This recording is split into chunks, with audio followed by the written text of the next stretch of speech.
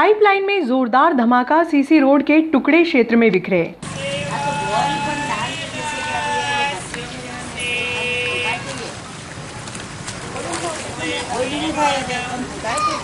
चंबल मार्ग पर बुधवार की शाम को जल प्रदाय के दौरान नगर पालिका की डिस्ट्रीब्यूशन लाइन में जोरदार धमाका हुआ, जिससे क्षेत्र में हड़कंप मच गया। लगभग 30 मिनट तक पाइपलाइन से हजारों लीटर पानी व्यर्थ बह गया। सूचना मिलने पर नगर पालिका की जल शाखा के कर्मचारी मौके पर पहुंचे और सप्लाई बंद करवाई। चंबल मार्ग पर बुधवार की शाम लगभग 4 बजे जल प्रदाय के दौरान नगर पालिका की डिस्ट्रीब्यूशन लाइन में जोरदार धमाका हुआ, जिससे सीसी रोड उखड़ गया। सीसी रोड के टुकड़े आसपास के लगभग 10 फीट के क्षेत्र में फैल गए। धमाके की आवाज सुनकर क्षेत्र में कुछ समय के लिए अफरा तफरी की स्थिति निर्मित हो गई। लगातार 30 मिनट तक पाइपलाइन से तेज गति से पानी बहता रहा, जिससे हजारों लीटर पानी व्यर्थ बह गया। पाइपलाइन के फटने से बुधवार की शाम को क्षेत्र में जल प्रदाय नहीं हो सका। हादसे की सूचना मिलने पर नगर पालिका की जल शाखा के कर्मचारी मौके पर पहुंचे। नगर पालिका कर्मियों का कहना है कि अत्यधिक दबाव के कारण डिस्ट्रीब्यूशन लाइन के पीवीसी पाइप का ज्वाइंट फट गया।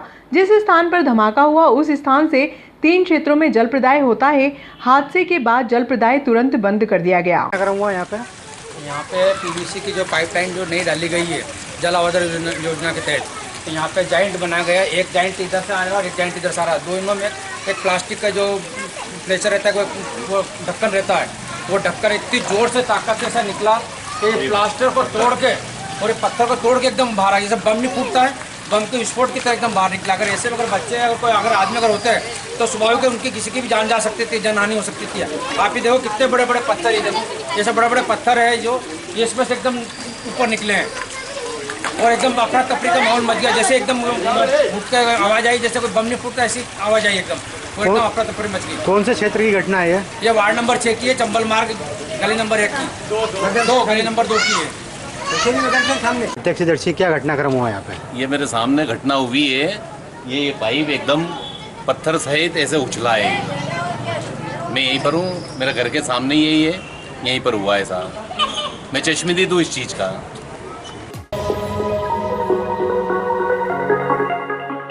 इंदिरा नगर में पुलिया निर्माण के दौरान ठेकेदार द्वारा नाले को नाली का रूप दे दिया गया, जिससे क्षेत्रवासियों में विरोध के स्वर उभरने लगे हैं। रहवासियों का कहना है कि जब नाला चौड़ा था तब रहवासियों के घरों में पानी भरा रहता था। अब नाले को नाली का रूप दे दिया गया है तो बारिश के दौरान पानी का थोप आने पर क्या स्थिति होगी। रहवासियों ने नाली को नाले में परिवर्तित करने की मांग संबंधित अधिकारियों व एजेंसी से की है।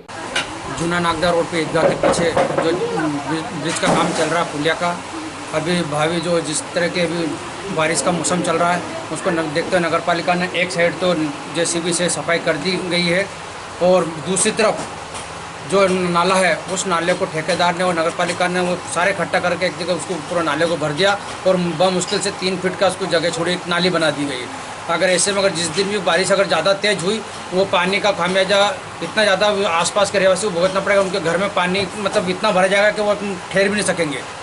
इतने जब वो खुला था तो ये वहाँ की हालत थी कि यहाँ के आम आदमी यहाँ पर रहना दूभर था। यहाँ पानी इतना भर जाता था कि बेचारों को उनको सोने बैठने की भी तकलीफ होती थी। अगर ये कचरा नहीं हटाया गया तो और ज़्यादा मतलब स्थिति बदतर हो जाएगी और ये आसपास के जो रहने वाले रहवासी इनके घर में मकान मतलब इतना हो जाएगा कि रहने को भी दूभर हो जाएंगे और आने वाले समय में कोई भी जनहानि यहाँ पर हो सकती है।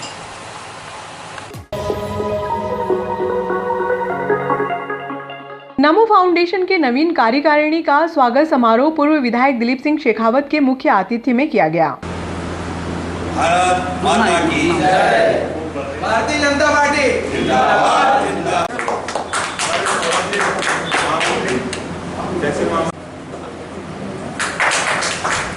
राहुल जी गढ़वाल तहसील उपाध्यक्ष,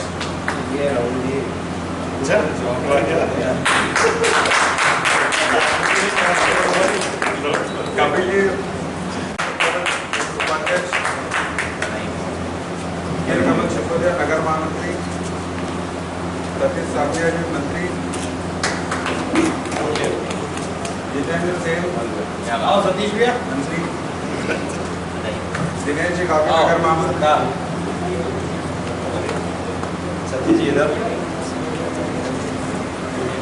देखो, दोनों उधर देखो।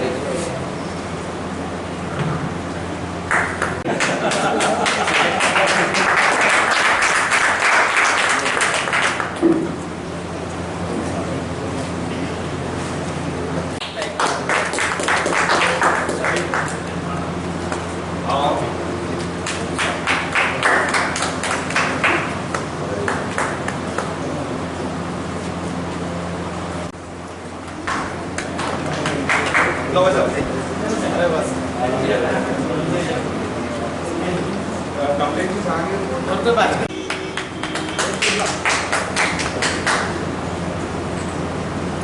परिषद में जोरदार कार्यक्रम उस समय के हमारे साथी हमारे सम्मानीय मित्र डीकेएन भाई और लाल सिंह भाई ये भी यहाँ मौजूद है। मैं विधायक साहब से निवेदन करूँगा इन दोनों का भी सम्मान करना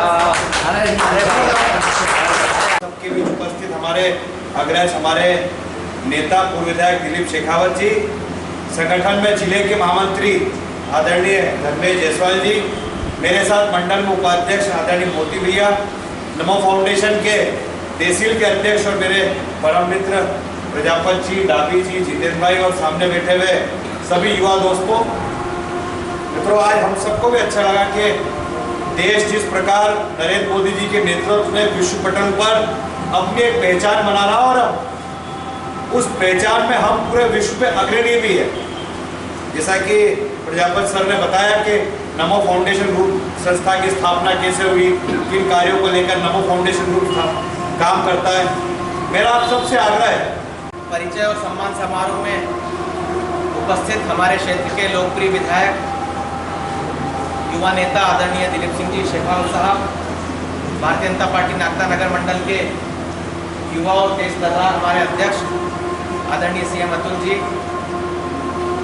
हमारे भारतीय जनता पार्टी के एक और वरिष्ठ नेता भारतीय जनता पार्टी मंडल में उपाध्यक्ष आदरणीय मोतीलाल जी प्रजापत जी, नमो फाउंडेशन ग्रुप के तहसील के अध्यक्ष भाई लखन जी हाटवा, आदरणीय डाबी जी, आदरणीय सेन जी और समस्त पदाधिकारी बंधुओं और कार्यकर्ता बंधुओं। मित्रों, आप सब आज नमो फाउंडेशन ग्रुप के एक सम्मानीय सदस्य हैं। जैसा कि हाटवा जी ने बताया, नमो फाउंडेशन ग्रुप की स्थापना 2012 में अहमदाबाद में हुई जब माननीय नरेंद्र मोदी जी विधायक और मुख्यमंत्री हुआ करते। नमो फाउंडेशन ग्रुप का एकमात्र उद्देश्य था कि नरेंद्र मोदी जी की जो जन कल्याणकारी योजनाएं होती है उन योजनाओं को समाज में नीचे तक ले जाकर और समाज के विभिन्न वर्गों को उसका फायदा दिलाना। और वो नमो फाउंडेशन ग्रुप आज तक लगातार काम कर रहा है। अभी भी नमो फाउंडेशन ग्रुप का जहाँ तक मुझे जानकारी है, जहाँ तक मैंने स्टडी की है, उनका एक ही काम है कि नरेंद्र मोदी जी के प्रधानमंत्री कार्यकाल में जो जन कल्याणकारी योजनाएं हैं उन योजनाओं को नीचे तक कैसे पहुंचाया जा सके। और आप सभी पदाधिकारियों का दायित्व होता है, आप सभी युवा आदरणीय लखन जी के नेतृत्व में आप सब लोग इस उद्देश्य के लिए नमो फाउंडेशन बना है, उस लक्ष्य को प्राप्त करोगे।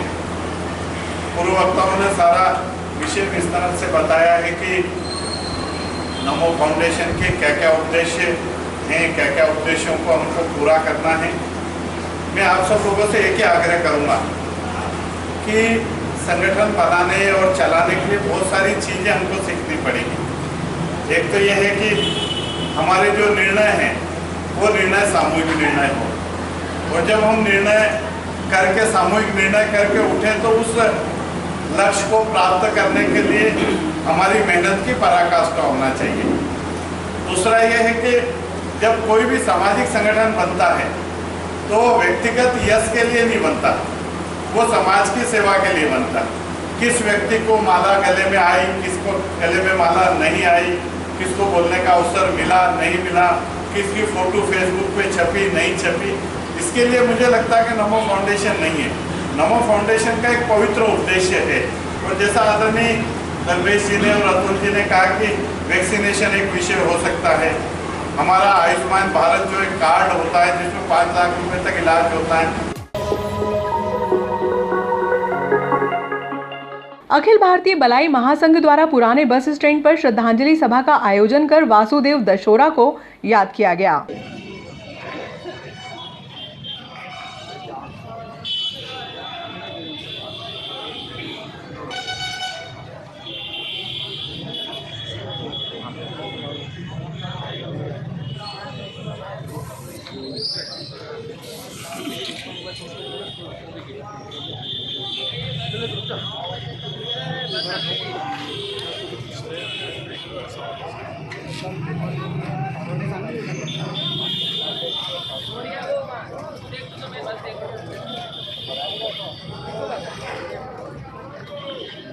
हम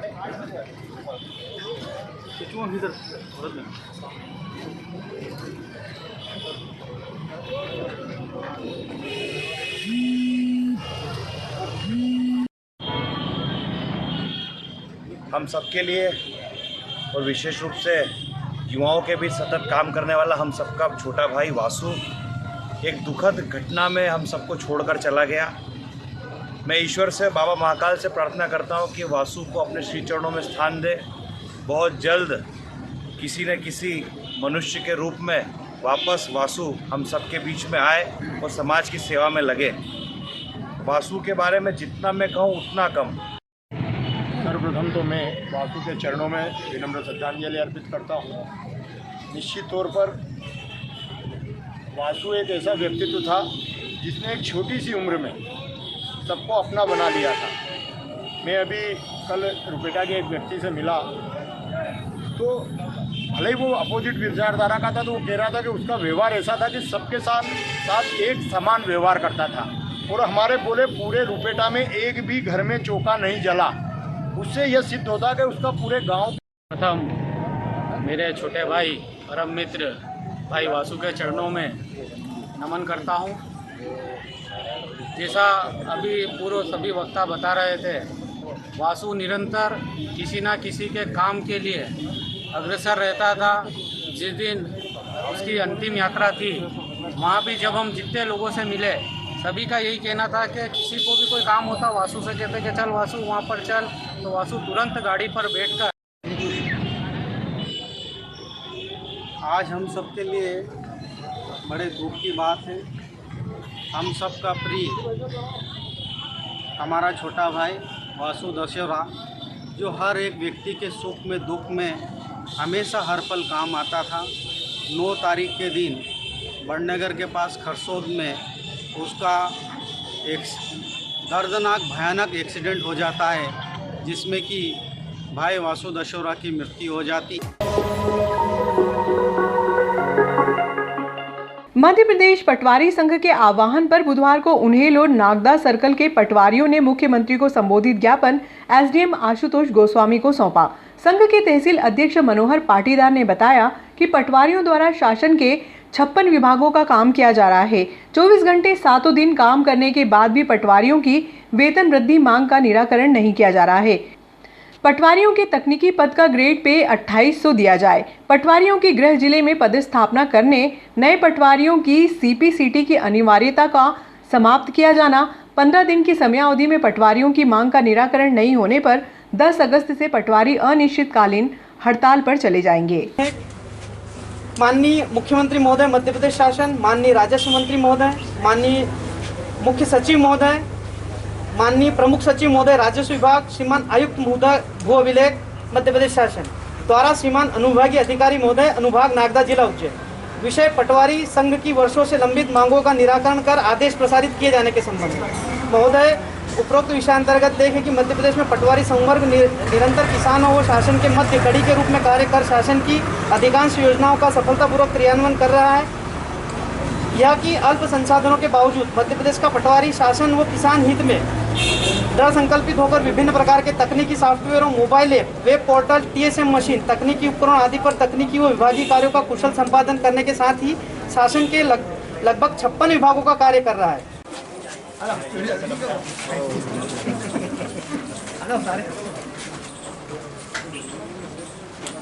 मध्य प्रदेश पटवारी संघ जिंदाबाद जिंदाबाद।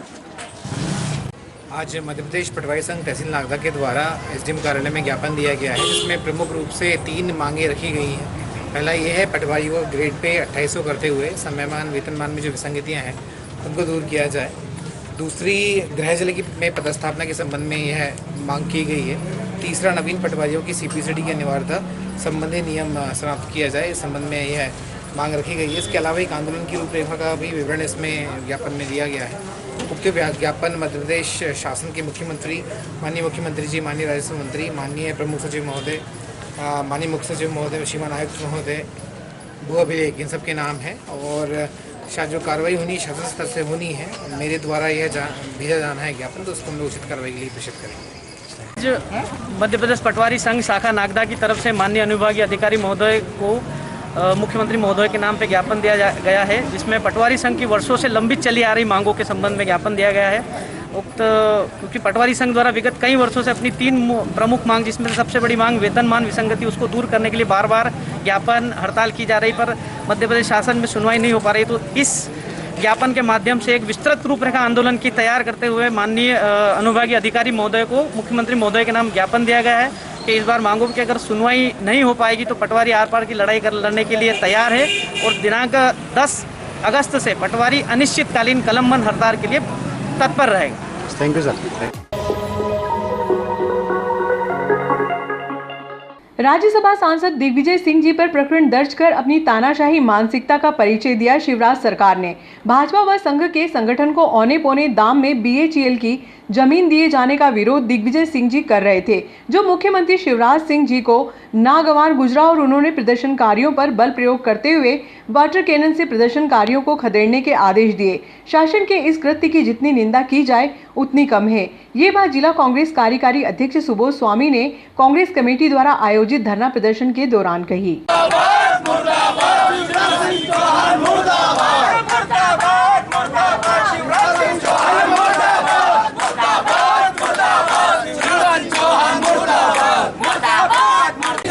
नहीं चलेगी शिवराज तेरी तानाशाही, नहीं चलेगी, नहीं चलेगी और ये तेरी हिटलरशाही, नहीं चलेगी, नहीं चलेगी। कार्यकर्ताओं के साथ ये प्रदर्शन करा है। अगर प्रशासन द्वारा हमारी सुनवाई नहीं की गई तो निश्चित ही अगला जो प्रदर्शन होगा वो ऐतिहासिक प्रदर्शन होगा। मैं इस ज्ञापन के लिए SDM साहब को एक ज्ञापन दे रहे हैं, महामहिम राज्यपाल महोदय राजभवन भोपाल के नाम, और कल परसों जो दिग्विजय सिंह जी के ऊपर 10 प्रकरण हुआ उसको भी वापस लिया जाए। अनुविभागीय अधिकारी महोदय, अनुविभाग कार्यालय नागदा, विषय प्रदेश भाजपा सरकार द्वारा इंडस्ट्रियल एरिया भोपाल में पार्क की जमीन RSS से जुड़ी संस्था को देने के विरोध में राज्यसभा सांसद दिग्विजय सिंह जी द्वारा लोकतांत्रिक तरीके से किए जा रहे विरोध प्रदर्शन पर दिग्विजय सिंह जी के खिलाफ शिवराज के इशारे पर प्रकरण दर्ज करने पर तत्काल प्रकरण वापस लेने बाबत उपरोक्त विषय अंतर्गत अनुरोध है कि प्रदेश भाजपा सरकार द्वारा राजधानी भोपाल स्थित BHEL के इंडस्ट्रियल एरिया में बने पार्क की जमीन RSS से जुड़ी संस्था को औने पौने दामों में